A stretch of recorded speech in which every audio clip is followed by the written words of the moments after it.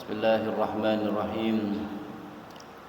Alhamdulillah nahmaduhu wa nasta'inuhu wa nastaghfiruh wa na'udzu billahi min shururi anfusina wa min sayyiati a'malina. May yahdihillahu fala mudilla lahu wa may yudlil fala hadiya lahu. Wassalatu wassalamu ala Rasulillah Sayyidina Muhammad bin Abdillah wa ala alihi wa sahbihi wa mawalah. Wa la hawla wa la quwwata illa billah. Bismillah, masyaallah, la yasuqul khaira illallah. Bismillah, masyaallah, la yasrifu su'a illallah. Bismillah, masyaallah, ma kana min ni'matin fa min Allah. Bismillah, masyaallah, la hawla wa la quwwata illa billah. Amma ba'd.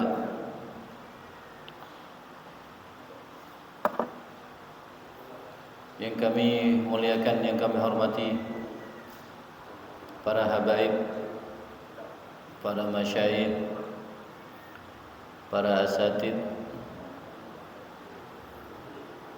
yang kami hormati, yang kami muliakan, para pengurus Dewan Takmir Masjidul Ukhuwah, yang kami hormati, yang kami muliakan, para tokoh masyarakat, khususnya yang berada di Perumnas Keraton Harmoni, baik di RW, RT dan lain sebagainya, para bapak, para ibu sekalian, wabil khusus tim media Mas Dedi Faisal yang diberkahi Allah Subhanahu wa taala.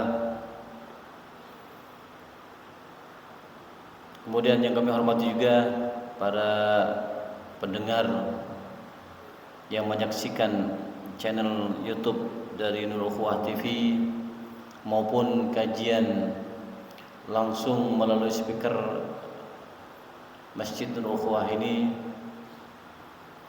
yang sama-sama kita berharap kepada Allah Subhanahu wa taala agar kita semua mendapatkan keberkahan dari kegiatan majlis yang sudah rutin dilaksanakan di masjid yang kita cintai ini. Amin Allahumma rabbal alamin. Yang pertama, tentu kita harus bersyukur kepada Allah.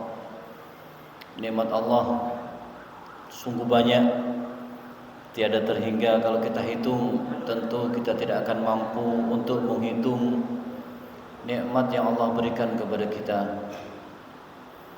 Sering saya katakan juga, ahli ibadah dari Bani Israel beribadah selama 70 tahun, ketika ditimbang hanya mampu mensyukuri nikmat kedua mata. Terus bagaimana dengan nikmat telinga, bagaimana nikmat kaki, nikmat lisan dan lain sebagainya. Maka kalau kita mau menghitung ibadah yang kita lakukan, itu sebenarnya tidak akan sebanding dengan nikmat yang Allah berikan kepada kita. Mungkin yang pernah mengalami sakit paham gimana mahalnya untuk mendapatkan nilai sehat. Ketika orang sudah mengalami sesak napas, ada gangguan dalam pernapasannya, maka dia harus membiayai atau bernapas dengan menggunakan tabung oksigen. Itu tentu juga berapa mahalnya. Ketika juga sama, dia mengalami gangguan di ginjal, sehingga untuk pengolahan atau sirkulasi darah bermasalah, maka dia juga harus mencuci darah. Kita bayangkan berapa biaya yang perlu kita bayarkan untuk mendapatkan kesehatan itu semua. Maka alhamdulillah, dengan nikmat sehat seperti sekarang, kita bisa meminta persaksian, dan kita juga memohon kepada Allah Subhanahu wa taala bahwa nikmat yang Allah anugerahkan kepada kita berupa sehat ini, kita alhamdulillah gunakan dengan ibadah, dengan hadir majlis, dengan memperbanyak amal kebaikan yang tentunya itu juga akan bermanfaat bagi kita di dunia, di alam kubur maupun di alam mahsyar kelak. Alhamdulillah. Maka syukur inilah yang dikatakan la in syakartum la azidannakum. Ya, kasih. Jadi kalau kita mensyukuri nikmat yang sudah Allah berikan, kita gunakan kesehatan dengan memperbanyak ibadah, hadir majelis, hadir kegiatan-kegiatan kebaikan, beramal baik dan lain sebagainya, maka pasti sesuai dengan yang sudah Allah janjikan akan ditambah sehatnya, nikmatnya akan ditambah, rizkinya akan ditambah. Tapi jangan selalu berpikir ya bahwa rizki hanya uang, tidak. Rizki itu tidak diukur dengan uang. Nikmat hidup, fisik, badan yang sehat itu sudah merupakan rezeki juga yang besar. Anak yang taat, anak yang patuh itu juga merupakan nikmat atau rezeki dari Allah Subhanahu wa taala. Maka betul kata guru kita Al Habib Taufik dalam suatu ceramahnya belum mengatakan, ketika kita misalkan kena sakit gigi, maka jangan lupakan nikmat yang lain lebih banyak. Kadang-kadang orang ketika giginya sakit menggerutu dia, marah, ya Allah kok begini. Dia tidak ingat bahwa yang sakit cuma gigi, padahal nikmat yang lain banyak, nikmat mata, nikmat kaki, nikmat telinga, nikmat tangan itu banyak. Makanya ketika diuji oleh Allah dengan satu ujian seperti sakit gigi, tetap syukuri kepada Allah Subhanahu wa taala, karena yang sehat lebih banyak daripada yang sakit. Ya. Baik, kemudian yang kedua, selawat dan salam kita haturkan ke hadirat Nabi besar Muhammad sallallahu alaihi wasallam. Nabi akhir zaman, Nabi yang diciptakan oleh Allah sebagai penutup para nabi. Maka ketika Nabi Muhammad sallallahu alaihi wasallam sudah diutus, maka nabi yang statusnya masih hidup hingga saat ini, seperti sudah banyak disampaikan oleh para ulama, Nabi Khidir, Nabi Ilyas adalah nabi dua yang masih hidup hingga saat ini dan mereka berada di bumi. Ada Nabi Isa, ada Nabi Idris yang menghuni langit. Jadi dikatakan nabi yang hidup hingga saat ini diberikan panjang umur oleh Allah ada 4 nabi, 2 di langit, 2 di bumi. Langit tadi Nabi Isa dan Nabi Idris. Yang di bumi tadi Nabi Khidir, kemudian Nabi Ilyas. Maka otomatis ketika Nabi Muhammad SAW sudah diutus, maka yang 4 ini statusnya sudah bukan nabi, tidak. Tapi statusnya mereka berempat adalah menjadi waliullah, kekasih Allah Subhanahu wa taala.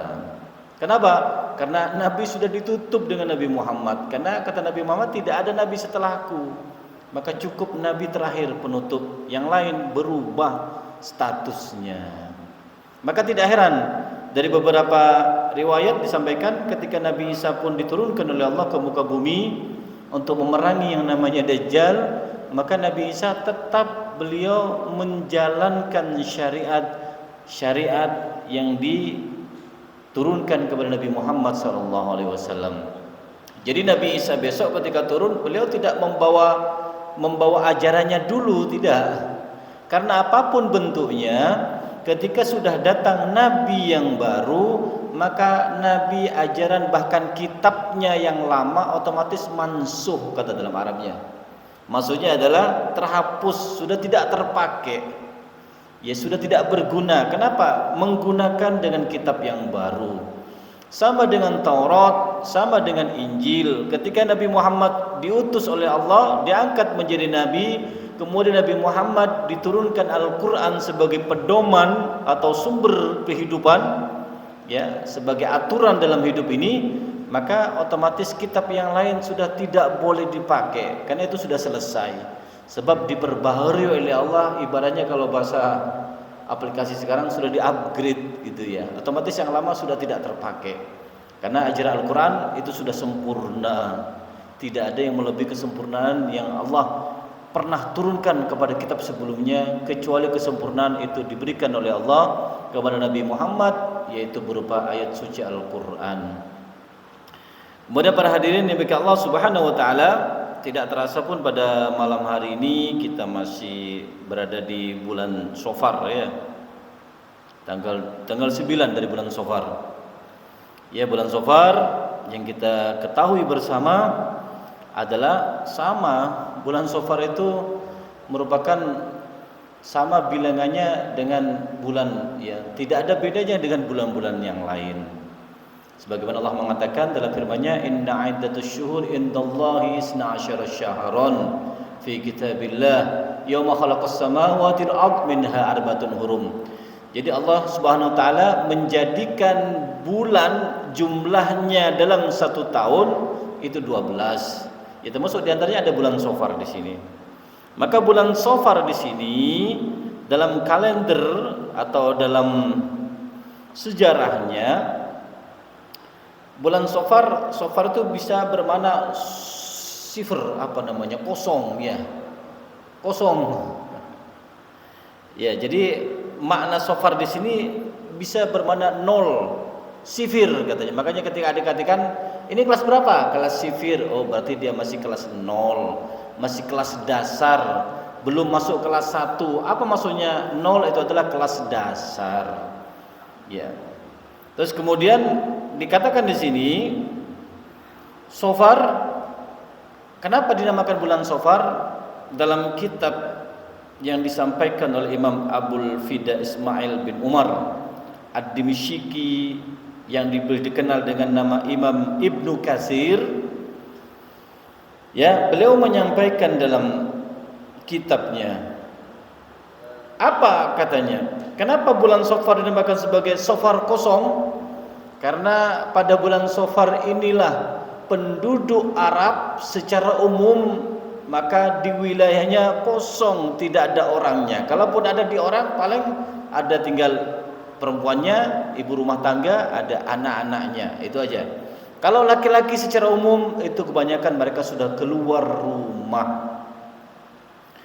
Kenapa? Karena mereka menggunakan bulan Safar untuk bekerja.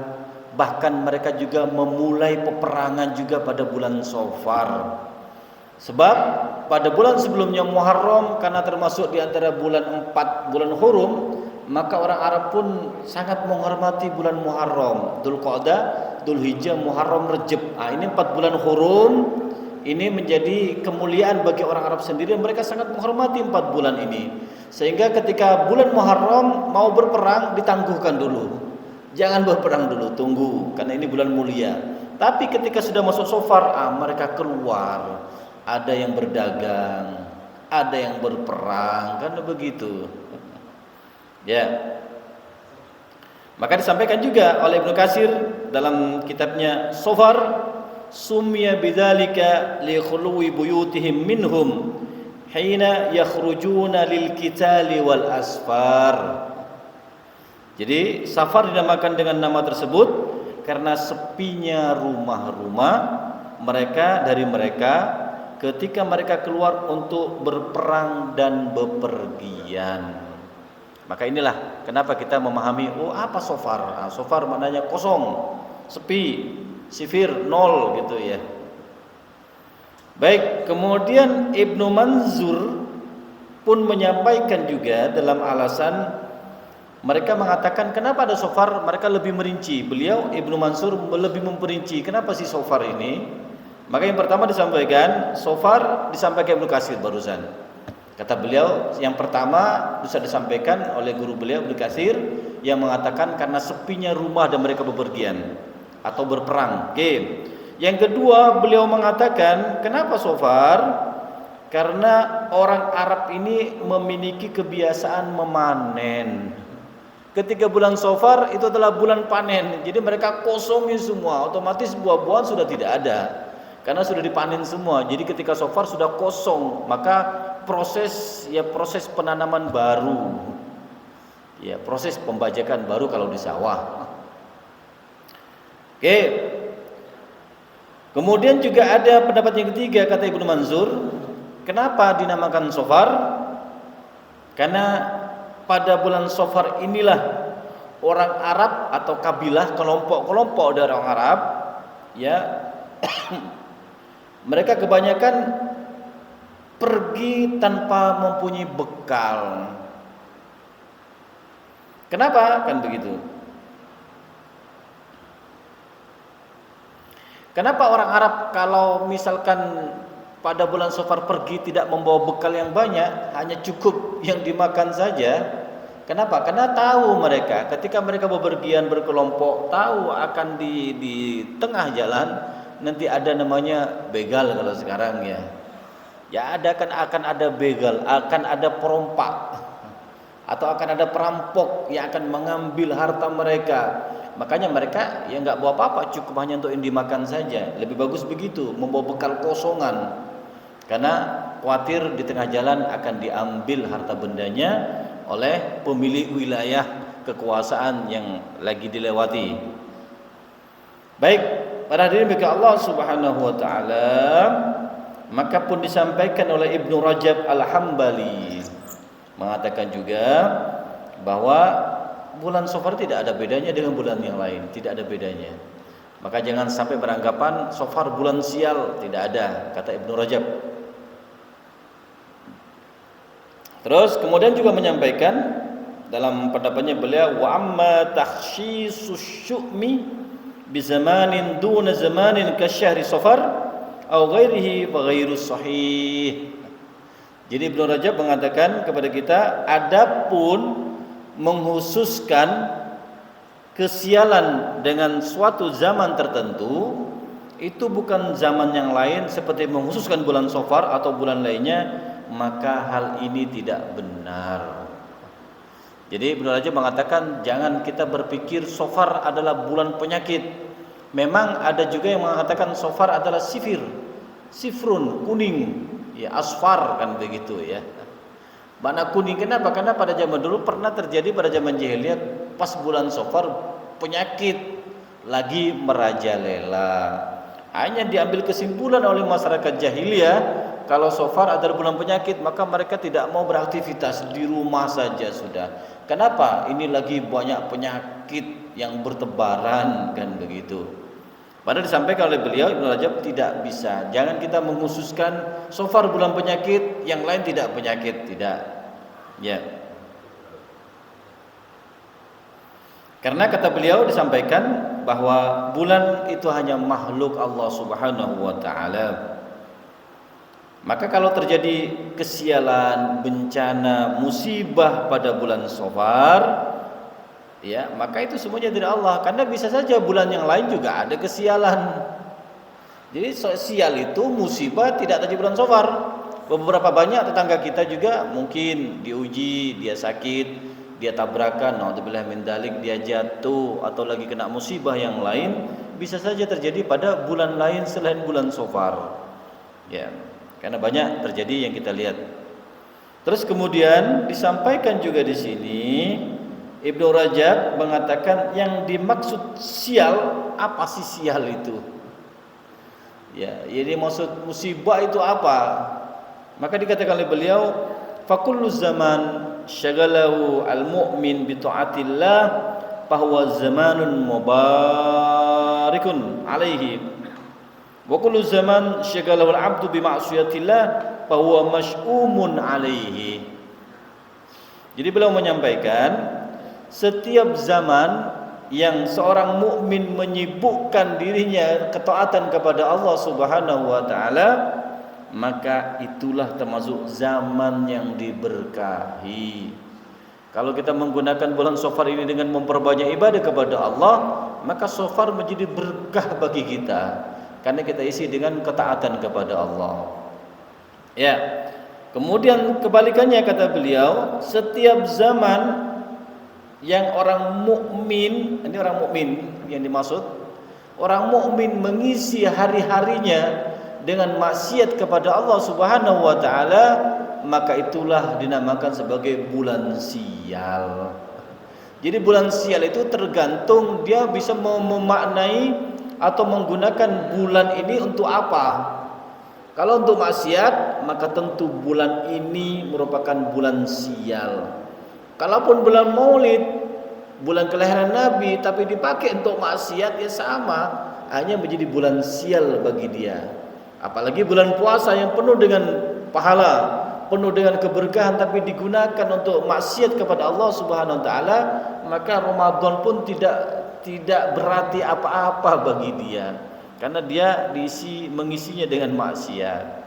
Tapi walaupun Safar diisi dengan taat kepada Allah, maka tetap menjadi bulan yang berkah. Para hadirin, para jamaah yang diberkahi Allah Subhanahu wa taala, dan di sini juga Nabi pun menjadikan bulan Safar ini untuk menangkis kepercayaan, karena Safar ini menjadi turun-temurun kepercayaannya dari zaman jahiliyah terus ke atas. Sehingga menjadi istilahnya kalau dalam bahasa kita Jawa itu ada primbon ya. Jadi ada pakai primbon dan sebagainya. Hanya ketika Safar takut melakukan aktivitas, takut tidak sukses, takut tidak terlaksana, takut nanti berakibat buruk di belakang. Hanya jangan Safar lah, pakai bulan yang lain. Ada, dan saat ini masih ada menggunakan itu. Saya punya teman mau menikah. Saya tanya, kenapa nggak diizini sama paman, katanya. Kenapa bulan Safar nggak bagus, tunggu aja bulan Maulid. Ya sudah, kalau kamu kuat nggak apa-apa tunggu Maulid. Tapi kalau kamu nggak kuat ya Safar pun menikah aja begitu. Karena kan sudah berusia, udah 34-an mungkin teman saya itu ya. Maka Nabi pun mengatakan kepada kita semua, la adwa wala tiyarata wala hamata wala safara wafir minal majdum kama tafirru min asad. Jadi Nabi mengatakan kepada kita, tidak ada yang namanya wabah. Wabah itu tidak ada. Jadi wabah itu tidak ada muncul murmur muncul satu lisan, enggak, itu pasti ada sebab. Mungkin ada orang luar datang membawa virus, bisa. Tapi kalau misalkan wabah murmur muncul tidak ada sebab, kok murmur ada? Itu tidak ada, kata Nabi. Jadi pasti semuanya ada sebab. Ya, penyakit menular itu ada, oke, tapi bukan berarti tek langsung mati semua. Pasti ada sebab. Ya pasti juga atas izin Allah Subhanahu wa taala. Kalau Allah tidak berkehendak, ya sudah. Sama dengan Sayyidina Umar. Ketika beliau mengadakan perjalanan, terus kemudian setelah itu disampaikan oleh sahabat, ya Umar, di sana itu misalkan mau ke Surabaya. Hanya disampaikan digempol ya Umar misalkan ya. Pokoknya di desa itu lagi sekarang wabah, di desa itu terkena wabah gitu. Maka Sayyidina Umar, oh ya, oke, siap, makasih informasinya. Maka Sayyidina Umar misalkan mau ke Gempol misalnya. Ke Gempol itu banyak ada wabah. Maka Sayyidina Umar tetap, karena tujuannya mau ke Surabaya, tetap berangkat, tapi tidak melewati Gempol, lewat jalur yang lain. Kenapa, kata Umar? Kita menghindar dari takdir yang buruk menuju takdir yang baik. Kalau sudah tahu ini wabah, ya jangan diterobos, tetap lewat. Ya. Bukan beranggapan nggak apa-apa lewat saja di situ. Itu takdir Allah. Kalau memang waktunya mati ya mati. Kalau waktunya hidup ya hidup. Bukan seperti itu. Sama dengan misalkan tembok sudah jelas mau roboh, udah retak sudah. Akhirnya dia tidak pergi, santai aja di rumahnya. Ketika tanya kenapa gak keluar dari rumah, ini kan takdir. Kalau memang waktunya roboh, ya sudah roboh. Kalau enggak apa-apa. Bukan begitu. Tetap kita menghindar, ikhtiar. Sampai dengan Sayyidina Umar begitu. Tetap ikhtiar, tetap harus melewati atau pergi sekiranya di suatu tempat ada wabah. Terus kemudian apalagi disampaikan oleh Nabi tadi, wala tiyarata. Tiyarata itu beranggapan kalau misalkan kita ya keluar rumah terus kemudian ada pas ngelihat ke langit ada burung terbang sebelah kanan, terbang gitu. Kemudian hatinya langsung berpikir, wah, kayaknya saya mendapatkan rezeki ini, ada rezeki nomplok, atau saya akan mendapatkan hoki. Hanya dia semangat keluar. Kenapa? Karena melihat ada burung terbang sebelah kanan.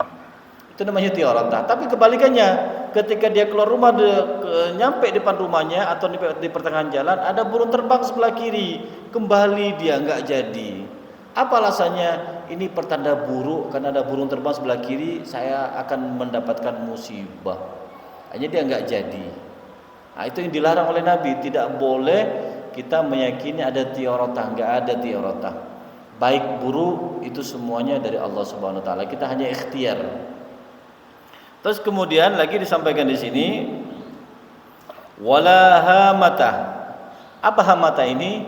Hamata adalah kalau misalkan ada burung ya datang, enggak taunya bertengger di rumah seseorang atau di rumah kita, maka kemudian pemilik rumah atau orang lain berkeyakinan oh itu ada burung gagak itu lagi berhenti bertengger di rumah seseorang, itu lihat nanti, itu pasti kayaknya akan ada kecelakaan itu, atau akan musibah dia, atau akan dapat ujian dia.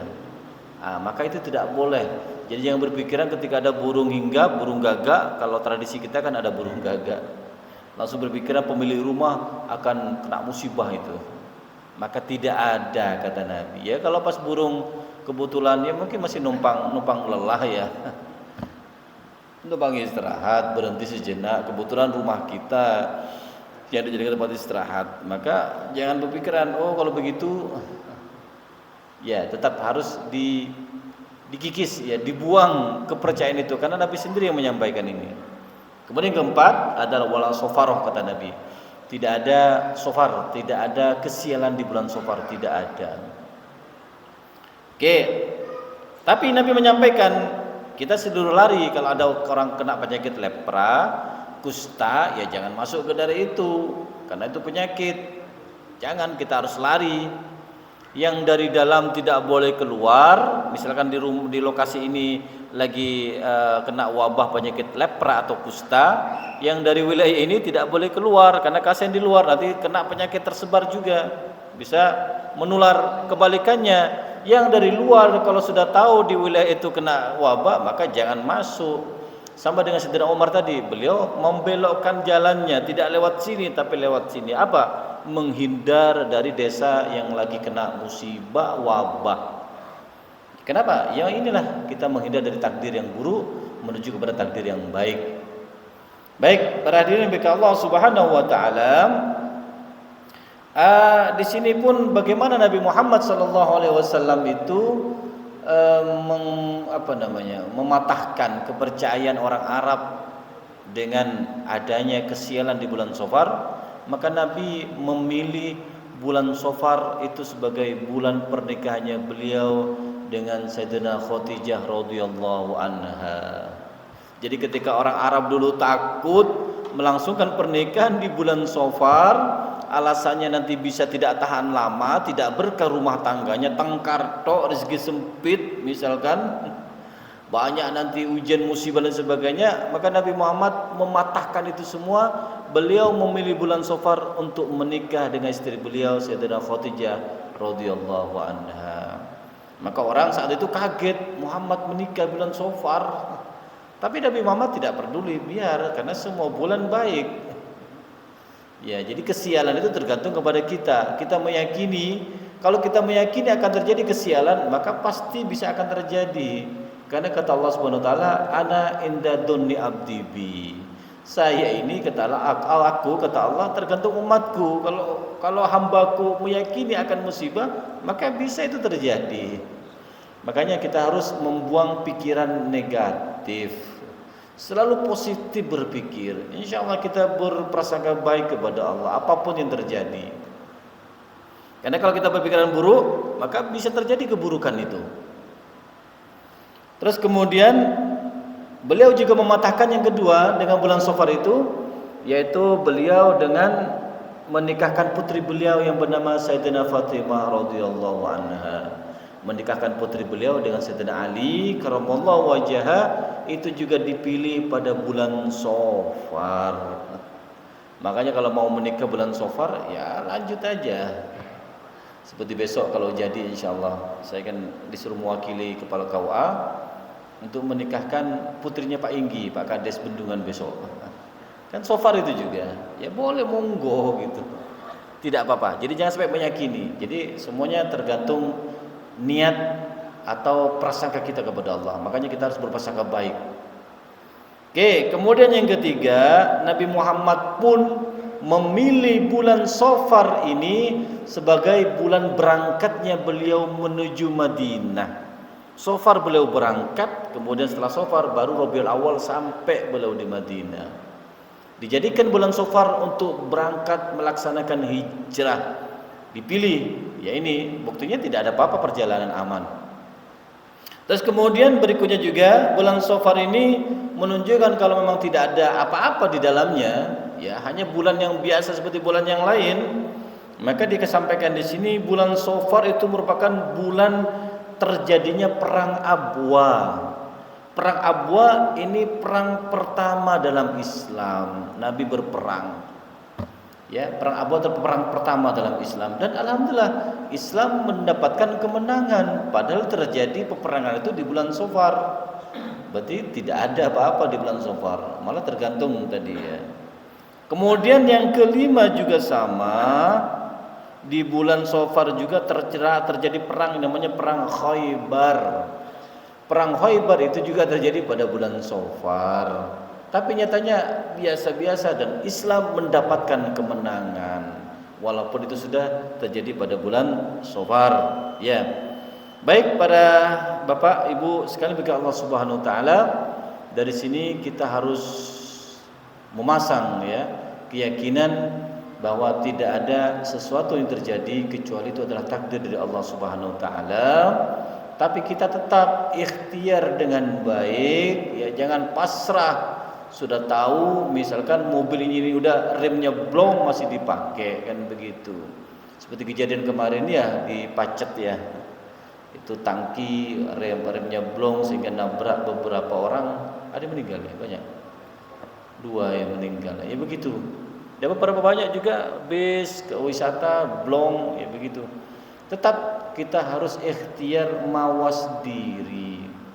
Sama dengan naik sepeda motor ya pakai helm, itu juga dalam rangka ikhtiar. Jangan berpikir kita pakai helm takut polisi. Tidak, karena kita tidak pernah tahu, entah tergelincir, entah licin, entah kesenggol. Akhirnya kalau jatuh ya pasti kepala pertama yang akan kena aspal.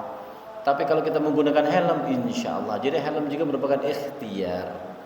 Ya sama dengan menggunakan naik mobil, menggunakan sabuk pengaman, itu juga dalam rangka ikhtiar. Apa maksudnya? Karena kita hati-hati. Mungkin kita lurus sesuai dengan alur jalur, enggak tahunya sebelah yang masuk ke sini kan begitu. Kan banyak kejadian. Tapi ketika kita menggunakan ikhtiar dengan baik, memakai sabuk pengaman, maka insya Allah andai terjadi, ya mungkinlah. Paling tidak kita tidak sampai parah. Insya Allah selamat. Ya perkara meninggal sudah pakai helm, sudah pakai sabuk pengaman, meninggal ya sudah kita kembalikan kepada Allah.